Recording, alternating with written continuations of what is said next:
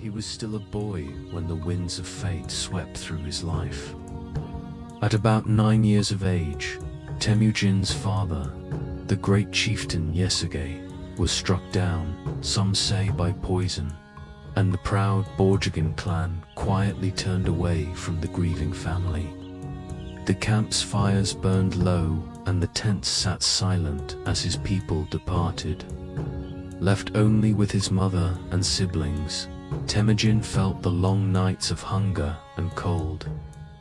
To survive, they learned to gather wild roots and nuts and to fish in the river at dawn.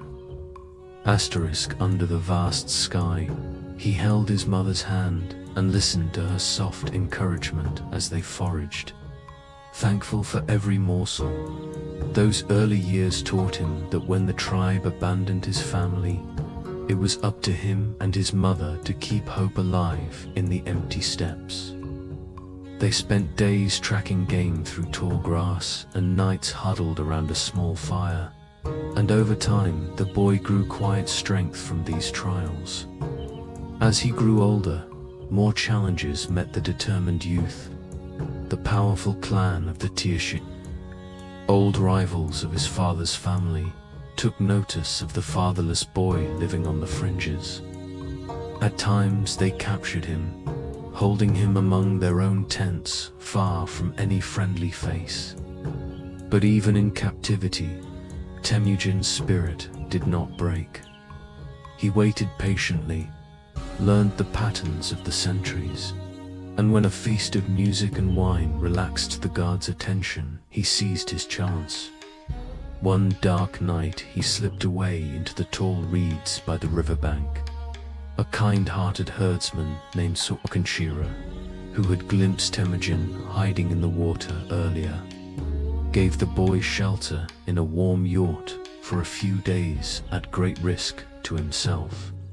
Guided by moonlight, Temujin finally escaped back into the freedom of the open steppe, grateful to the good man who had trusted him.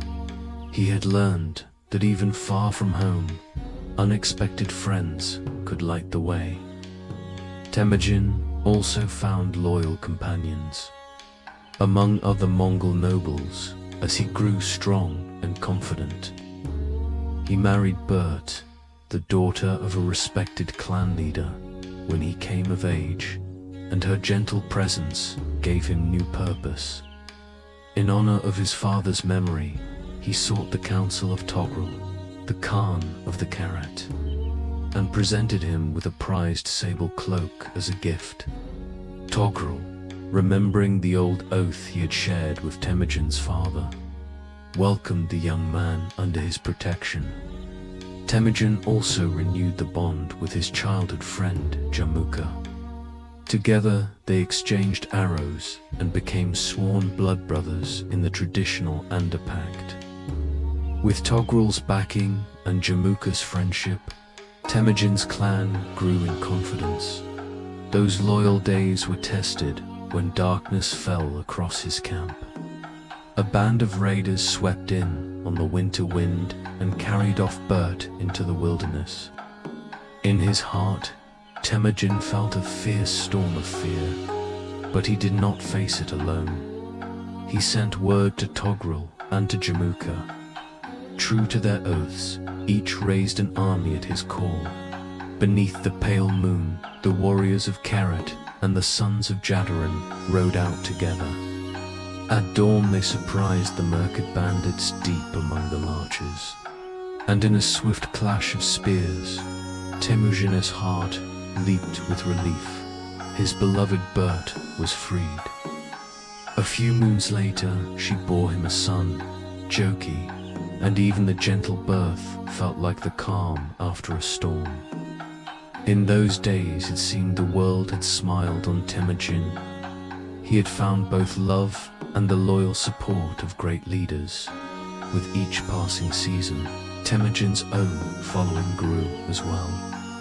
He realized that to protect his people, he could no longer rely on others. He must become a leader in his own right. Encouraged by Bert's wise counsel and his mother's age-old teachings, he he began to gather warriors and minor nobles who admired his fair and generous ways. One by one, men from distant camps rode to join him, drawn by stories of his honesty and courage. In time, Temujin Khan became his name among them, as 41 minor chieftains and their tribesmen took an oath of allegiance around his campfire. Among his followers was Subotai, a quiet but determined archer, and many Urionkai and Barul, clan warriors whose loyalty he won by promising them better lives, though the great rulers he once knew had stepped back. Temujin now stood as the center of a new community, a bustling tent village where children played and warriors trained under his calm watch. Not all struggled against him, and those who did were ultimately brought into the fold by his wisdom. The Teshard and Tota clans, ancient foes who had once captured or harried his family, faced Temujin's growing force. He moved against them decisively, yet without needless cruelty. In battle, he showed strength. Afterward, he honored the courage of those who surrendered. The stories tell that after defeating the Teshard and later the Tatars, he took the surviving warriors into his own ranks, folding them into his people rather than casting them aside. Thus, the very fighters who had been enemies became comrades.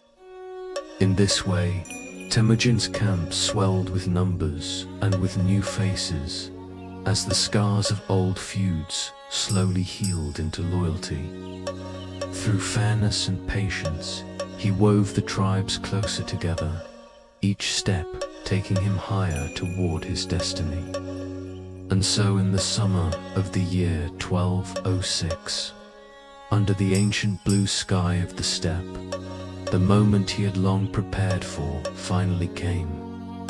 All the Mongol tribes gathered in a great council called a Kurultai, near the source of the Yanan River where his journey had begun.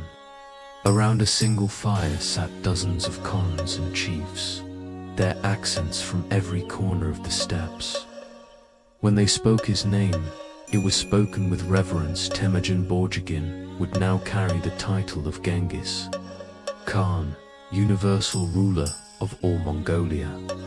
With humble resolve, he accepted the title, not for personal glory, but because it meant peace and unity for the people he loved. On that quiet morning, as dawn light played on the river's ripples, a new era quietly began for the Mongol nation.